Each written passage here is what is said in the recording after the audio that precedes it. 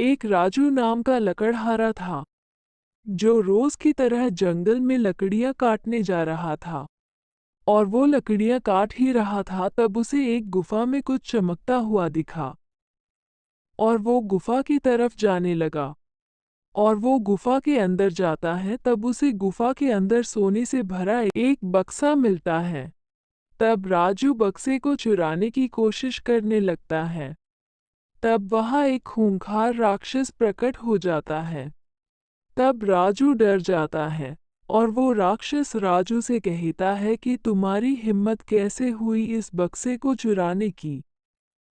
तब राजू राक्षस के आगे घुटने टेक देता है और माफी मांगने लगता है और उसकी जान बख्शने का कहता है। और राक्षस कहता है कि जंगल में उत्तर दिशा में एक सफेद फूल है, इसे तुम्हें जंगल के बीचों बीच एक तालाब है उस तालाब में फेंकना है, पर यह कार्य अगले 5 घंटों के अंदर हो जाना चाहिए। और राजू जंगल की ओर निकल जाता है। राजू को उस सफेद फूल को ढूंढते ढूंढते काफी वक्त बीत जाता है, पर राजू को सफेद फूल नहीं मिलता, पर उसे जंगल में एक रहस्यमय चिट्ठी मिलती है। वो उसे सफेद फूल तक पहुंचने का रास्ता बताती है। और राजू उस चिट्ठी को धन्यवाद कहता है। और राजू जंगल में सफेद फूल को लेने चला जाता है। राजू को सफेद फूल मिल जाता है। और वो सफेद फूल को लेकर तालाब की तरफ जाता है। और राजू सफेद फूल तालाब में फेंक देता है। तब वहाँ एक परी प्रकट होती है। और वो परी राजू को कहती है कि तुम इस तालाब का पानी भरकर उस राक्षस को पिला दोगे तो वो श्राप से मुक्त हो जाएगा। और राजू तालाब का पानी भरकर राक्षस को देता है। और राक्षस उस पवित्र जल को पीता है।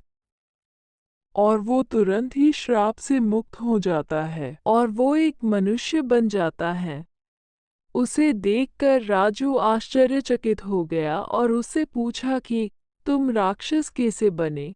और उस मनुष्य ने बताया कि उसका नाम कालू है और वो भी एक लकड़हारा था, उसको भी इस गुफा में कुछ चमकता दिखा, तब वो भी इस गुफा के अंदर गया। और जब वो इस गुफा के अंदर आता है तब वो देखता है कि वहाँ सोने से भरा एक बक्सा पड़ा है।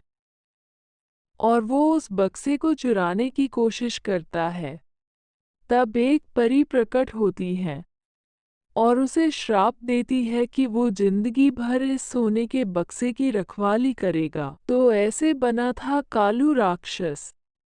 और अब राजू और कालू उस गुफा से बाहर निकलते हैं और कभी उस गुफा की तरफ नहीं देखते।